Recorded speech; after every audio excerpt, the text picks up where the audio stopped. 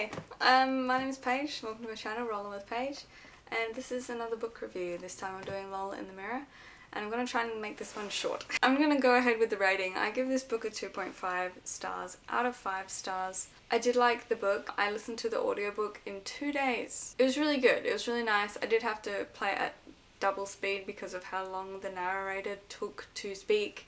Every single comma was clearly punctuated. There was a few little themes throughout the book that I did really enjoy writing wise. So Lola in the Mirror is basically about a homeless teenage girl known as the Artist because she doesn't have a name because she's living her life on the run with her mum. Which is a very cool start to the story. I'm like, what is happening? Like, tell me everything. This wasn't really explained actually, but since she was little, she had this one specific mirror that she could see into this other world of what would be herself living it up in Paris. She'd have this red dress on, sipping coffee and eating croissant. She'd always seen herself in this mirror as someone better, someone that she could look up to, someone that she could aspire to be, right? And she took it upon herself to make every moment like she was this artist that she was going to become. Make everything purposeful, which is a really cool attitude to have actually, especially when trying to do better in the arts, I think. Anyway, every time she looked in the mirror, they had this recurring theme. Usually it was just 3 describing what was in the mirror. Lola in the sun, Lola in the light, Lola in the whatever, happiness, joy. I don't even know. I'm not that good with words, so I don't know what they are, I can't remember. And each time we saw Lola in the mirror, she used these descriptors. I liked how they had that throughout the book. And then at the very, very end of the book, this little girl looked into her eyes and she said, "Who are you?" And then it had every single description of what Lola was, or ever could be, all at once. It was a lot because it was audio. It went for a long time, but I did like it. Like, it linked that theme together. There was quite a few of these themes going throughout the book, as well as some really hard-hitting topics like the Tyrannosaurus waltz, otherwise known as domestic violence. But I really like how they made it into its own little thing. And every time they mentioned it, you knew exactly what they were saying without them saying it. Drug abuse, the sale of drugs, taking down a drug lord.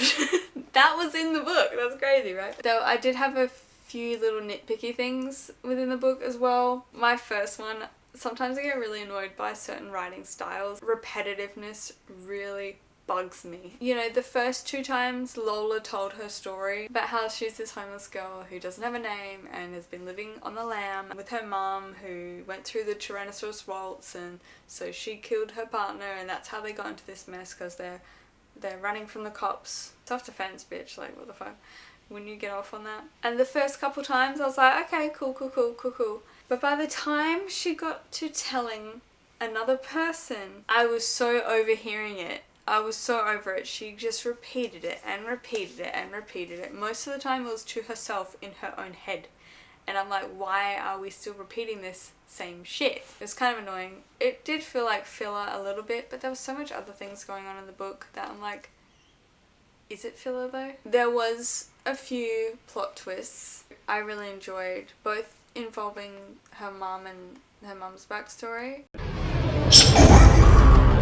There were a couple deaths as well. Her best friend died and the detective died. The only other criticism that I have for this whole book is, why did I not give a fuck when her friend died? Her best friend that she's known since she was a little kid and has spent every moment with. She doesn't care. She doesn't give a single fuck that he's dead. Like, he literally died, we saw him, and then it was never spoken of again. She didn't ask about it. She didn't care. The detective died that same night. Sorry, this is some spoilies. And she cared more about wanting to know about his family and shit. I cared. It seemed like she cared more, but didn't give a single fuck about Charlie. Poor Charlie. What the hell? And that makes me even more sad for Charlie, because I don't care and she doesn't care either. So I felt bad for not caring. It's confusing. I'm confused. I don't care, therefore I'm sad. Scooey! This is crazy. They're probably my 2 biggest criticisms. A lot of the other side stories and backstories in the book were very good. Like, I felt like I actually got to know the homeless community and how it worked. it felt real. Like the story felt real. Like in the back of the book it sort of said how they got all these stories and information and pieced it all together to create Lola's story. And they were actually from real accounts. And it did make it feel really real. Yeah. You're distracting me, Kreslin.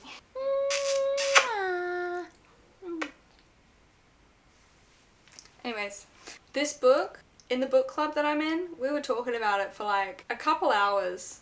Like, and we were like yelling over each other about it. There was a lot going on.